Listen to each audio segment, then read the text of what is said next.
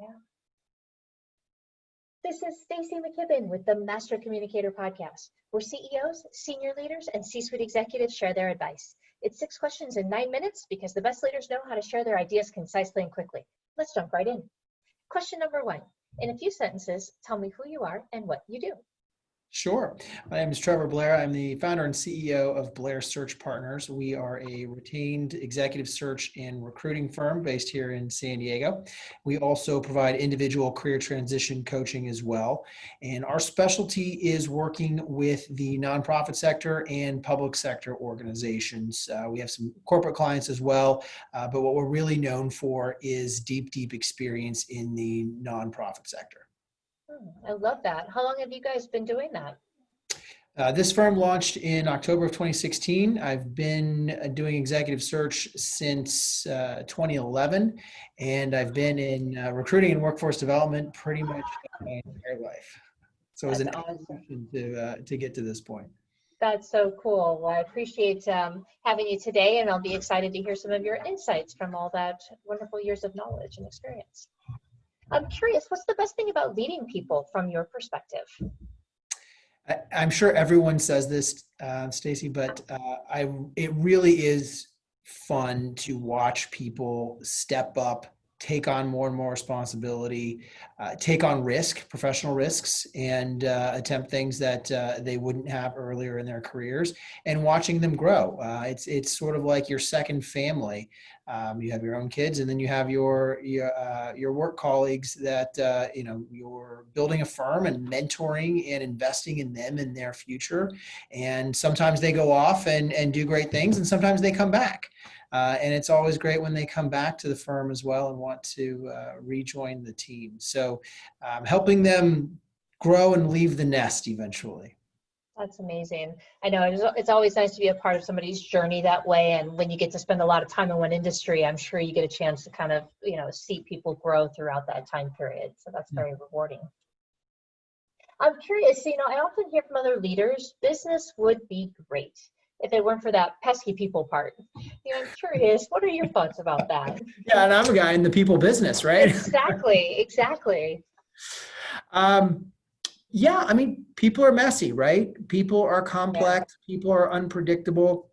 In our industry, clients retain us to objectify and bring as much scientific rigor and process to what is ultimately a very messy, people-centric journey, right? The hiring process and getting to know candidates. And no matter what controls you put in place, and no matter what level of person you're dealing with, whether it's the new college intern all the way up to an experienced CEO, people never stop surprising you. And I would say at least once or twice a year, we just had it 2 weeks ago, actually, a candidate will throw us a curveball that we would have never, ever seen coming. So if you don't like the predictability, then I could certainly see why the people side of business would be a challenge for some folks, but it keeps it fun. It keeps it real.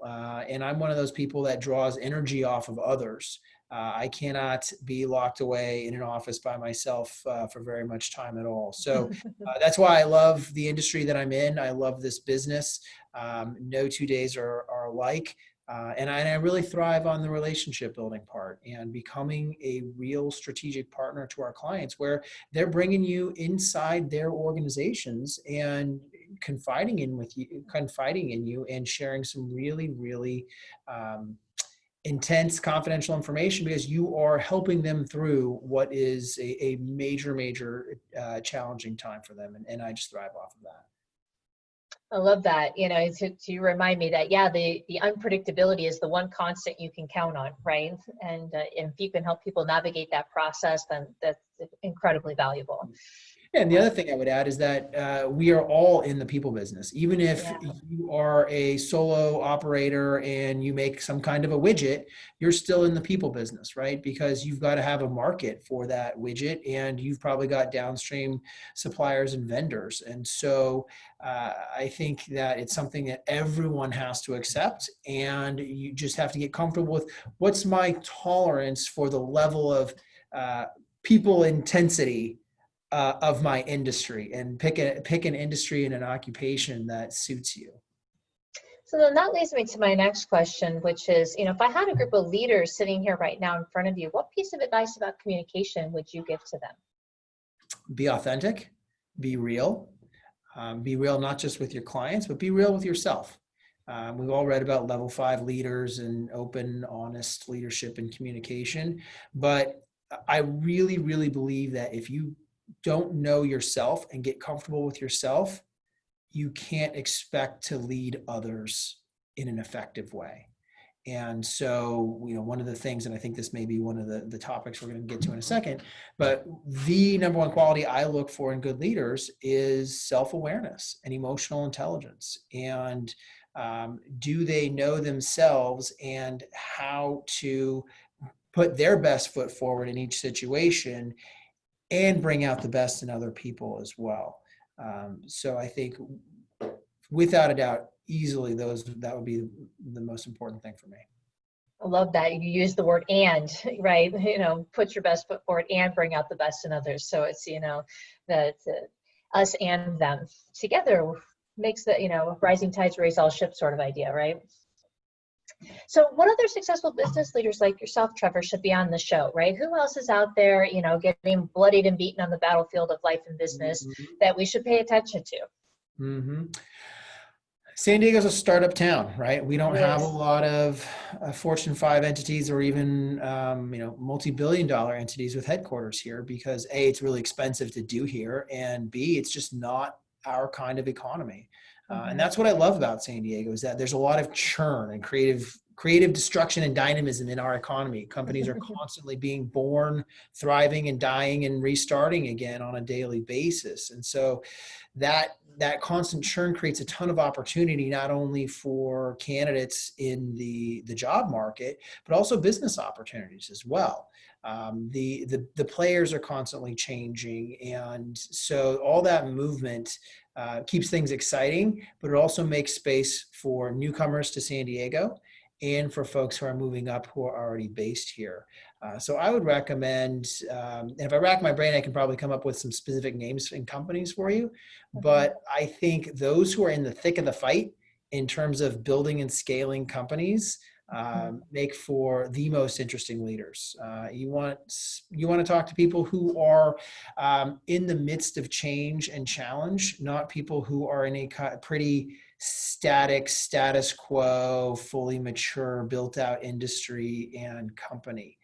Because I think the challenges and the war stories are also the best learning points, right? They're the most exciting to hear about, but they're also the most instructional for other executives because we're curious to hear what are other people seeing and hearing and doing on the front lines of their industry. And that's where we learn and grow, is from hearing of others' challenges and how they overcame those and succeeded. Love it. All right, bring us home, Trevor. In 30 seconds, tell us about your favorite boss or teacher. Who's influenced you? Yeah, I thought a little bit about this, and one who the first person who came to mind is a guy by the name of Mike Richardson. And you don't have to spend a lot of time with someone for them to have a profound impact on you. He was my Vistage chair for a little over a year. And he has this commanding presence about him. He's, probably 6'3" and has a booming voice and a British accent, but one of the smartest guys I've ever come across. And what I really loved about him was, firstly, his ability to zero in on the crux of any challenge and situation, irrespective of company, irrespective of industry. And what I really appreciate about Mike was that when he's talking to a business leader, it didn't matter if the person, and in our group, the organizations range from basically zero revenue to probably about 50 million, I think. And some were international subsidiaries and some were mom and pops and everything in between. But he applied the same level of rigor and care and interest and analysis to the solo operator who just got this company off the ground yesterday, with no matter how wacky the idea was, to the same person who's looking at doing an international merger and acquisition. it worth millions and millions of dollars.